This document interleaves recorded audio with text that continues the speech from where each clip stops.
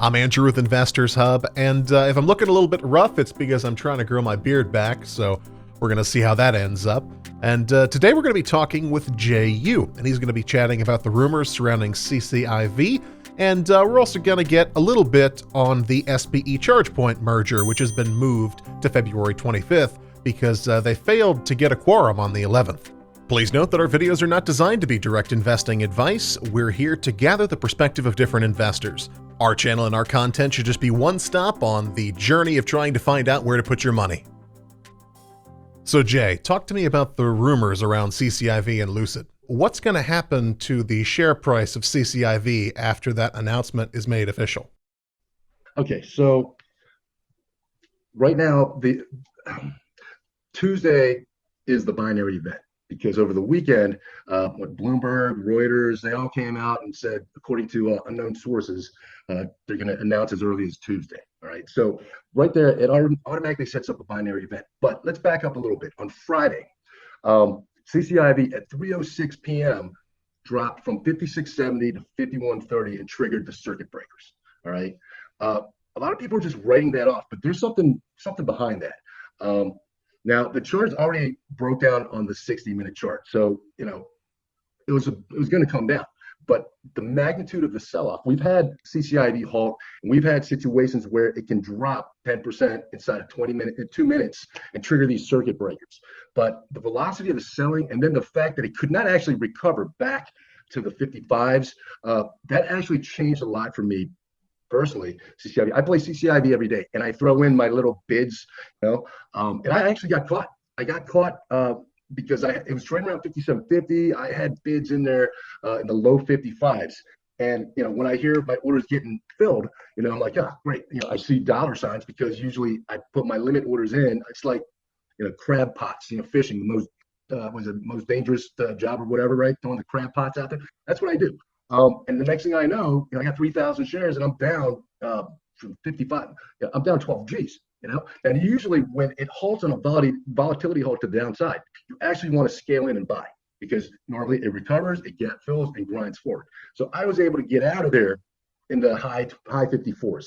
But the fact that it couldn't move higher and the sellers just kept coming in, that was very suspicious. The last time we had a very strong halt was back around like 6:15 to like 12 and change. All right, that was one of the scarier ones. I know, looking back in hindsight, everything is rosy when you look back hindsight. But so based on that, this is my take on CCIV. Tuesday's a binary event. It's got nowhere else to go but down.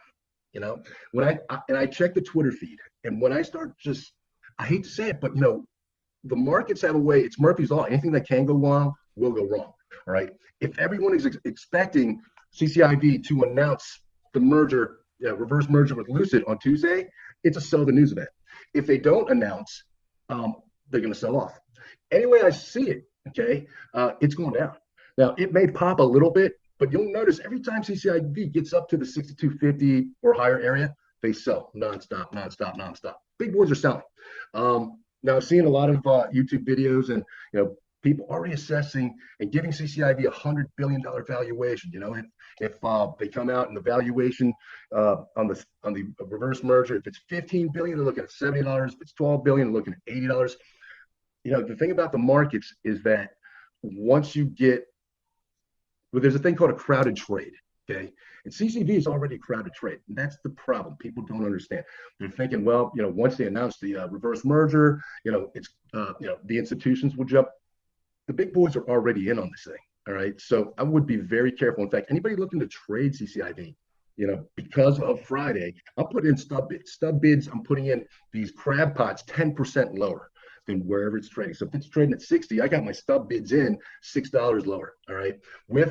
Make sure that you have bullets in the chamber so that when it reopens, you can actually buy in on the volatility hold, be able to scalp it out.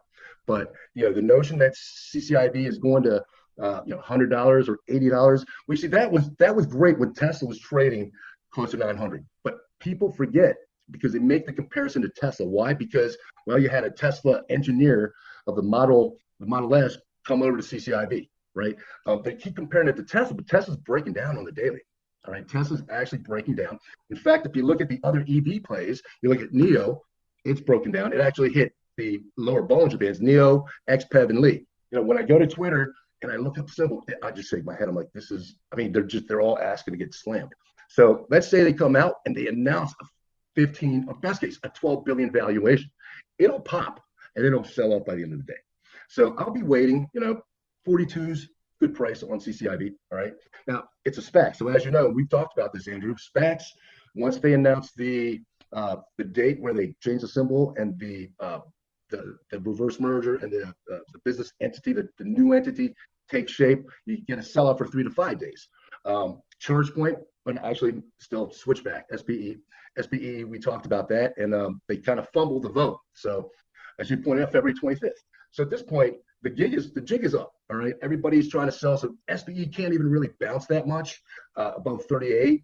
I would still be selling. I'd love to get in on ChargePoint, but I get in at a discount after all the other, the pipe investors, all the other guys, the layers of people that got in ahead of it. All right. So as we said, the best time to get in is when the reverse merger happens. You get the new symbol, wait 3 to 8 trading days for it to bottom out, get a market structure low, then step in. Anything before that, you've got so many other investors ahead of you. It's ugly. So like I said, CCIV, everyone thinks it's going to 80, 100 once they announce. I say it's going backwards. We don't know anything about Lucid at this point. All right. I have noticed that a couple of weeks ago, CNBC, like every hour, you were seeing lots of Lucid commercials, right? I haven't seen a Lucid commercial in weeks. So, like I said, the market, it's kind of like, it's kind of like when you look at The Rock and he talks in third person. You almost have to think, The Rock says Lucid's probably going to drop. Okay. The reality is that you always have to think in third person, meaning what's going to be the initial reaction, the counter reaction, and then the follow through move. All right. And so, when there's this much excitement on social media and people talking about, hey, I just paid off my wedding, I paid off my mortgage, my tuition's taken care of, thanks. That's when the transparency's just gotten too transparent. And the law of the markets, every market, is that once transparency is too transparent, it reverses. It becomes crowded because the whole goal of the markets is price discovery. It's to hide the transparency. When everyone's on one side, that's it. It's over. So if you like the content, be sure to like, comment, and subscribe. It's the best thing you could possibly do for us. It helps us grow, and it helps make the algorithm happy. And I'll see you again soon.